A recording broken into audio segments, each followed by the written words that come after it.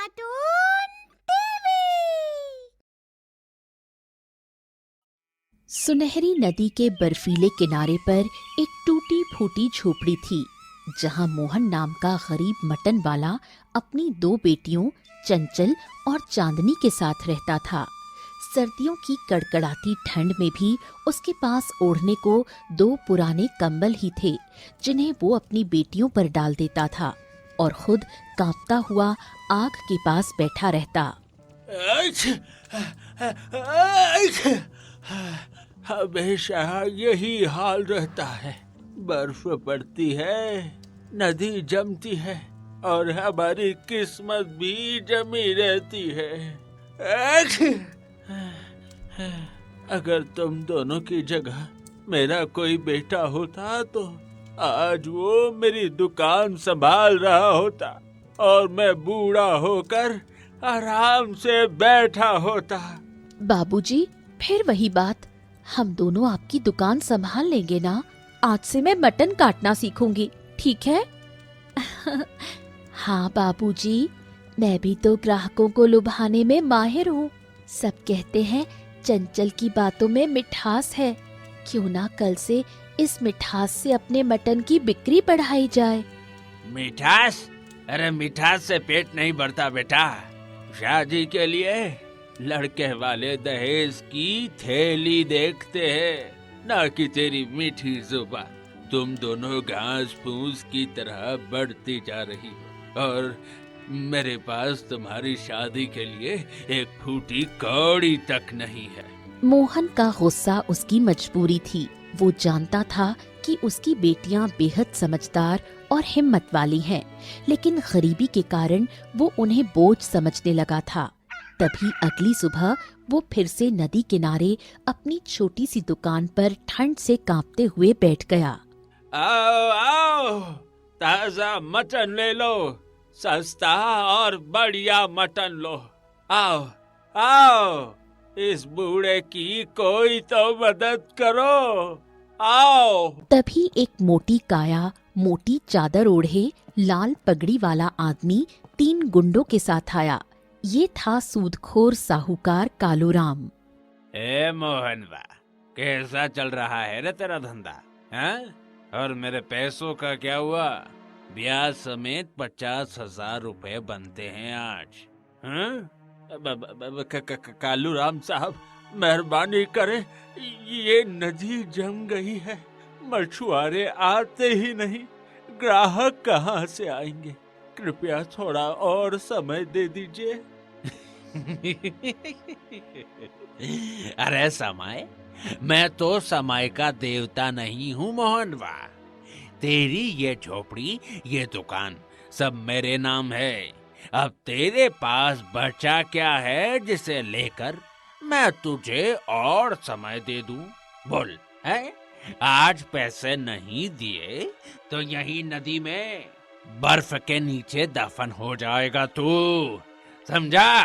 तभी कालूराम के गुंडे दुकान का सामान तोड़ने लगे, जिसे देख बूढ़ा मोहन हाथ जोड़कर गिड़गिड़ाने लगा।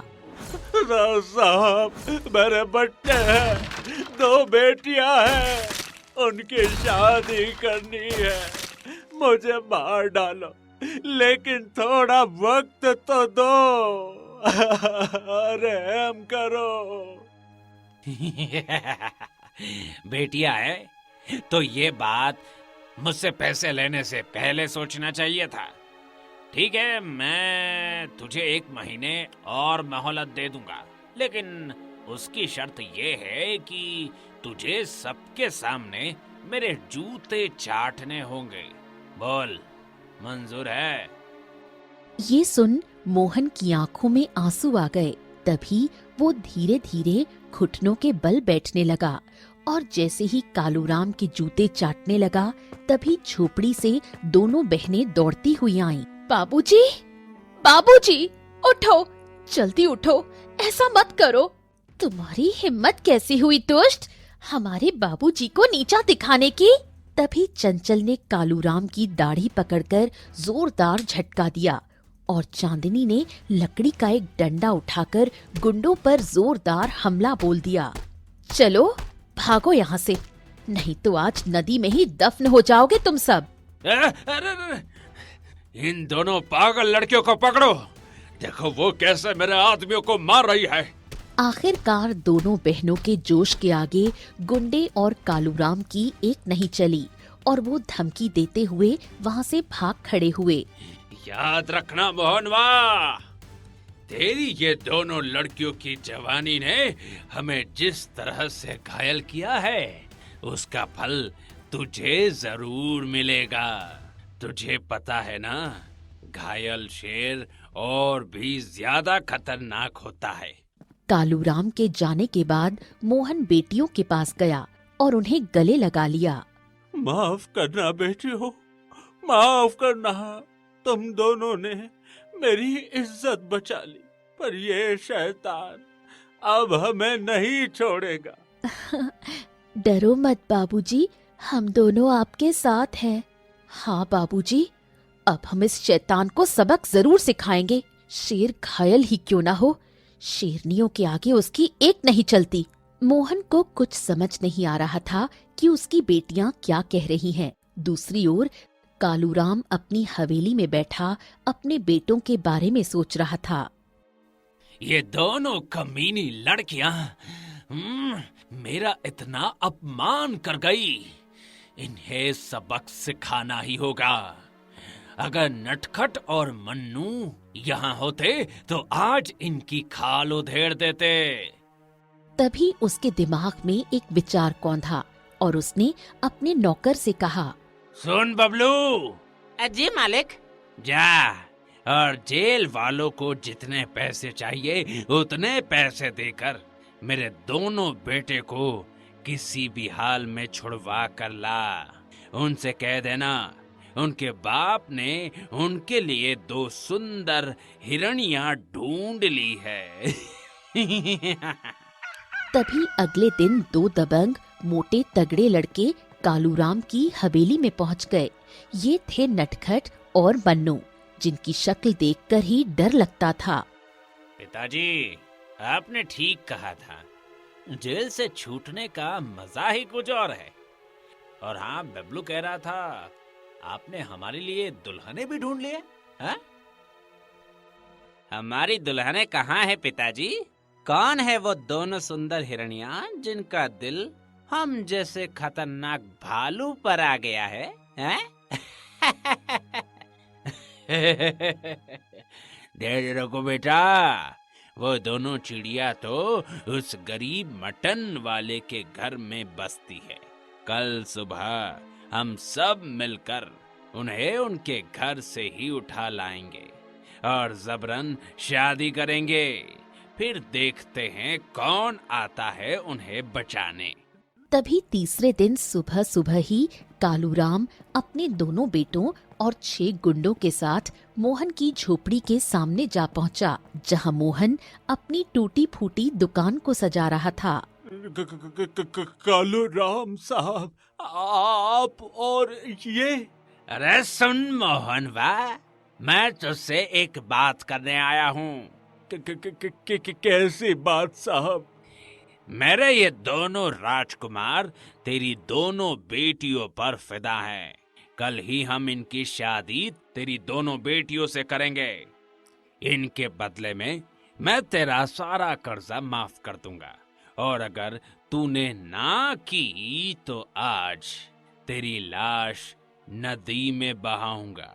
बोल, तुझे क्या मंजूर है, शादी या मौत? ये सुन मोहन की सांसें थम गईं। वो चीखने लगा, नहीं नहीं नहीं, कभी नहीं। मैं अपनी फूल सी बेटियों को तुम्हारे जैसे जल्लाद के हवाले कभी नहीं करूंगा। अब तेरी मर्जी नहीं चलेगी बुड्ढे। तेरी बेटियां कहाँ है? जल्दी उन्हें बुलाओ, वरना अच्छा नहीं होगा। तभी झोपड़ी से चांदनी और चंचल शांत चेहरे के साथ बाहर आईं और कालूराम से बोली, हम यही हैं, हमारी शादी करनी है ना? चलो कर लो। लेकिन एक शर्त है, शादी हमारे घर के रीति रिवाज से नहीं, बल्कि तुम्हारे महल में तुम्हारी रीति से होगी। बोलो, तुम्हें हमारी ये शर्त मंजूर है? कालूराम ये देख हैरान रह गया। उसे उम्मीद नहीं थी कि लड़कियां इतनी आसानी से मान जाएंगी। उसे उन पर शक हो रहा था। क्या चाल चल रही हो तुम दोनों, हैं? कोई चाल नहीं कालूराम जी, हम गरीब हैं, हमारे पास कोई विकल्प नहीं बचा। अगर शादी से बाबूजी का कर्ज माफ हो जाएगा और हमें राजमहल जैसी हवेली में रहने को मिलेगा तो हम क्यों नहीं मानेंगे।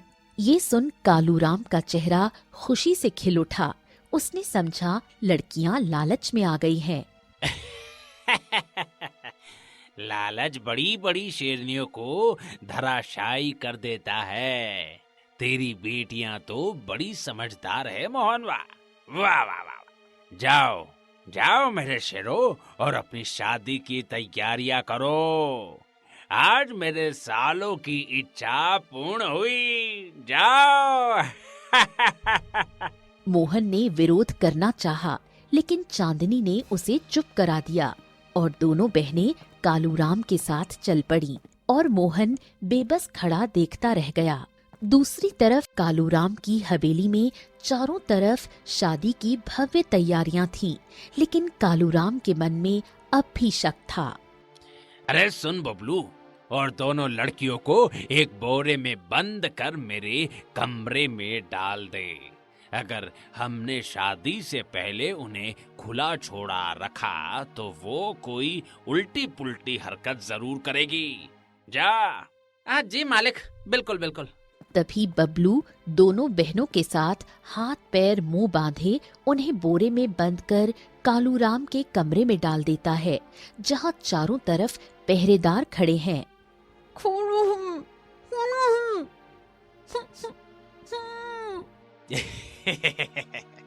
अब देखता हूँ ये दोनों मेरा क्या बिगाड़ती है। तभी शादी का मुहूर्त आते ही दोनों बहनों को बोरे में कैद किए ही नटखट और मन्नू के बगल में मंडप में रख दिया गया। अरे अब ये क्या कर रहे हैं पिताजी? अब तो मेरी होने वाली दुल्हन को इस कैद से आजाद कीजिए। 4 लोग देखेंगे तो क्या कहेंगे? लगता है तूने इन दोनों बहनों की पिटाई खाई नहीं है, इसलिए ऐसी बातें कर रहा है। मुझसे पूछ ये दोनों कितना बुरा मारती है। आ, आ, मेरे गाल में तो अचानक दर्द होता है रे। तभी पंडित ने आनन फानन में बोरे में बंद दोनों बहनों की शादी नटखट और मन्नू के साथ करा दी। ये देख कालूराम और उसके दोनों बेटे खुशी से फूले नहीं समाये। आखिरकार हम दोनों आज करोड़पति के साथ साथ पति भी बन गए। है ना भैया? हमारे खतरनाक शक्ल को देखकर तो आड़ी तिरछी नैन शक्ल वाली लड़कियां भी हमें दुत्कार देती थी, लेकिन देखो आज हमारा भाग्य ऐसा पलटा कि आज हमें गांव की सबसे खूबसूरत लड़कियां मिली। सुनिए पिताजी, अब तो हमारी शादी हो गई है, अब तो मुझे अपनी दुल्हन का मुंह देखने दीजिए, हैं? अरे भाई ने की और पूछ पूछ, तुम्हें जो करना है करो मेरे बच्चों। तभी नटखट और मन्नू ने जैसे ही अपनी अपनी दुल्हनों के बोरे खोले, उनके होश उड़ गए, क्योंकि उन बोरों में चंचल और चांदनी नहीं बल्कि 2 बकरियां थीं, जो मैं कर रही थीं। मैं अरे कहाँ गई वो दोनों धोखेबाज हैं? इस बोरे में तो मैंने उन्हें कैद करवाया था, फिर उनकी जगह ये बकरियां कहाँ से आ गई हैं? मुझे क्या पता मालिक, मैंने तो बराबर आपके आदेश का पालन किया था, पता नहीं ये कांड कैसे हो गया। अरे ये क्या मजाक है?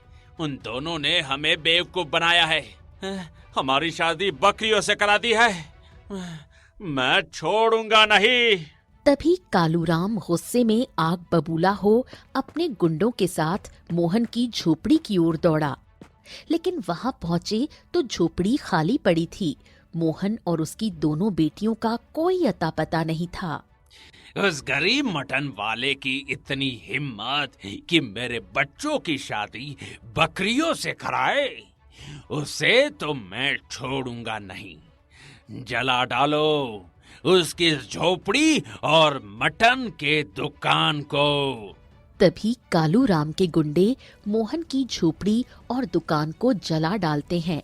तभी नटखट की नजर नदी में तैर रहे मोहन पर पड़ी, जो तैरते हुए नदी के उस पार शहर की तरफ जा रहा था। पिताजी, देखिए वो रहा मोहन, हमें चकमा देकर यहाँ से भाग रहा है। पकड़िए उसे। अरे नाव वालों, अरे जल्दी कोई नाव लाओ। आज तो उसे और उसकी बेटियों को मैं जिंदा नहीं छोड़ूंगा।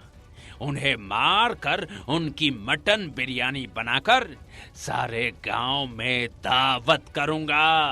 हाँ। तभी एक बड़ी नाव में कालूराम और उसके दोनों बेटे 3 गुंडों के साथ नदी में उतरे और मोहन का पीछा करने लगे। उधर मोहन तैरते तैरते थककर चूर हो रहा था। तभी बाबूजी, बाबूजी, इस तरफ आइए, जल्दी आइए। मोहन ने देखा दूर नदी के दूसरे किनारे पर उसकी दोनों बेटियां खड़ी थीं और उनके साथ 2 पुलिस वाले। तभी उसने नए जोश से तैरना शुरू किया और आखिरकार किनारे पहुंच ही गया। ये सब क्या हो रहा है बेटी? उस बोरे में तुम दोनों कैद थी ना, फिर वो बकरियां कैसे आई? और ये पुलिस वाले तुम्हारे साथ क्यों हैं? और तुमने मुझे यहाँ क्यों बुलाया बेटा? ये एक लंबी कहानी है बाबूजी, लेकिन मैं आपको संक्षेप में सुनाती हूँ, तो सुनिए। हुआ कुछ यूं कि साहब, मेरे बच्चे हैं, 2 बेटियां हैं, उनकी शादी करनी है। मुझे मार डालो, लेकिन थोड़ा वक्त तो दो। रहम करो। बेटिया है तो ये बात मुझसे पैसे लेने से पहले सोचना चाहिए था। ठीक है, मैं तुझे 1 महीने और मोहलत दे दूंगा, लेकिन उसकी शर्त ये है कि तुझे सबके सामने मेरे जूते चाटने होंगे। बोल, मंजूर है?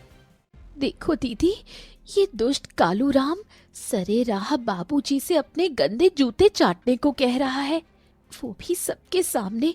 मुझे तो इस पर बहुत गुस्सा आ रहा है, जी कर रहा है इसका खून पी जाऊं।